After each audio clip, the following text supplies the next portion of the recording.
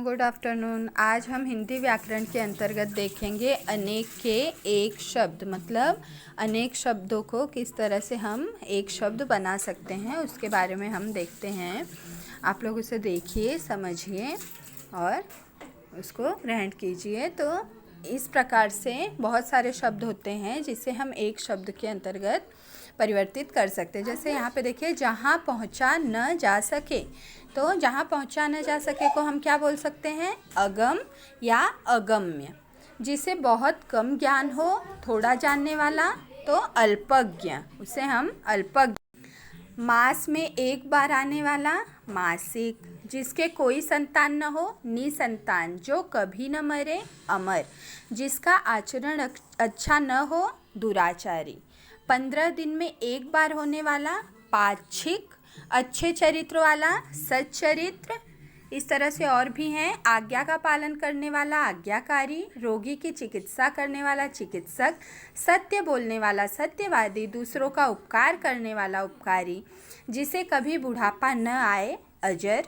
दया करने वाला, दयालु। जिसका आकार न हो, निराकार। जो आँखों के सामने हो, प्रत्यक्ष। जिसे देखकर डर लगे, डरावना या भयानक। जो स्थिर रहे, स्थावर। ज्ञान देने वाली, ज्ञानदा। भूत वर्तमान भविष्य को देखने वाले, त्रिकालदर्शी। जानने की इच्छा रखने वाले, जिज्ञासु। जिसे क्षमा न किया जा सके, अक्षम्य। जिसका कोई मूल्य न हो, अमूल्य। जो वन में घूमता हो, वंचर। जो इस लोक से बाहर की बात को, अलौकिक। जो इस लोक की बात हो, लौकिक। जिसके नीचे रेखा हो, रेखांकित। जिसका संबंध पश्चिम से हो, पाश्चात्य। जो स्थिर रहे, स्थावर। दुखांत नाटक, त्रासदी। जो क्षमा करने के योग्य हो, क्षम्य। हिंसा करने वाला, हिंसक। हित चाहने वाला, हितैषी। हाथ से लिखा हुआ, हस्तलिखित। सब कुछ जानने वाला, सर्वज्ञ। जो स्वयं पैदा हुआ हो, स्वयंभू। जो शरण में आया हो, शरणागत। जिसका वर्णन न किया जा सके, वर्णातीत। फल फूल खाने वाला, शाकाहारी। जिसकी पत्नी मर गई हो, विधुर। जिसका पति मर गया हो, विधवा। सौतेली माँ, विमाता। व्याकरण जानने वाला, व्याकरण। रचना करने वाला, रचयिता। खून से रंगा हुआ, रक्त रंजित। अत्यंत सुंदर स्त्री, रूपसी। कीर्तिमान पुरुष, यशस्वी। कम खर्च करने वाला, मितव्ययी। मछली की तरह आँखों वाले, मीनाक्षी। मयूर की तरह आँखों वाले, मयूराक्षी।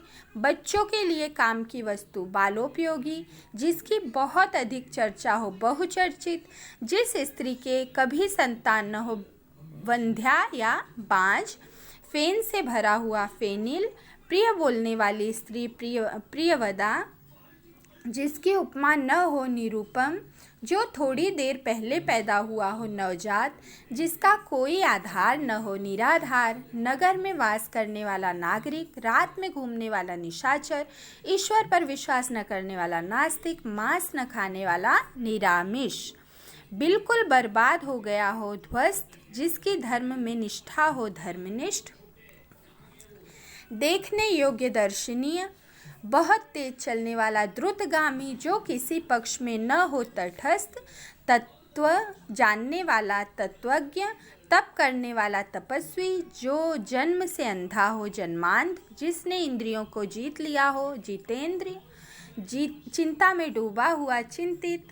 जो बहुत समय कर ठहरे, चिरस्थायी। जिसकी 4 भुजाएं हो, चतुर्भुज। हाथ में चक्र धारण करने वाला, चक्रपाणी।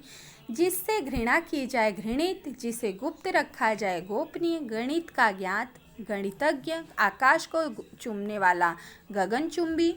जो टुकड़े टुकड़े हो गया हो, खंडित। आकाश में उड़ने वाला, नभचर। तेज बुद्धि वाला, कुशाग्र बुद्धि। कल्पना से परे हो, कल्पनातीत।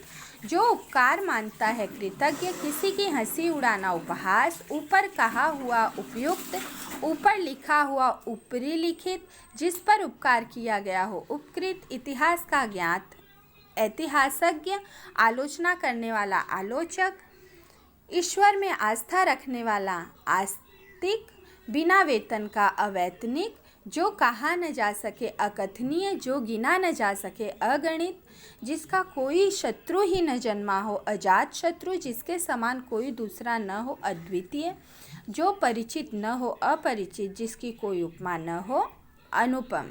इस तरह से हमने बहुत सारे शब्दों को पढ़े और इसमें जो आपको कठिन शब्द लगते हैं उसे आप अपने पुस्तक में नोट डाउन कर लीजिए, अपनी बुक में लिख लीजिएगा ताकि इसे याद कर सकें और इसे समझ सकें। ये क्वेश्चन पूछे जाते हैं कॉम्पिटिटिव एग्ज़ाम में, ज़्यादातर ऐसे क्वेश्चंस आते हैं, तो आप लोगों को इसे समझने में इजी होगा, बहुत कठिन नहीं है, आप लोग समझ सकते हैं। और जहाँ भी आपको किसी भी तरह की कोई भी समस्या हो तो मुझे कमेंट बॉक्स में ज़रूर बताइए, मैं और भी ज़्यादा कोशिश करके और भी अच्छी वीडियो बनाने की कोशिश करूँगी। सो बच्चों, बाय बाय।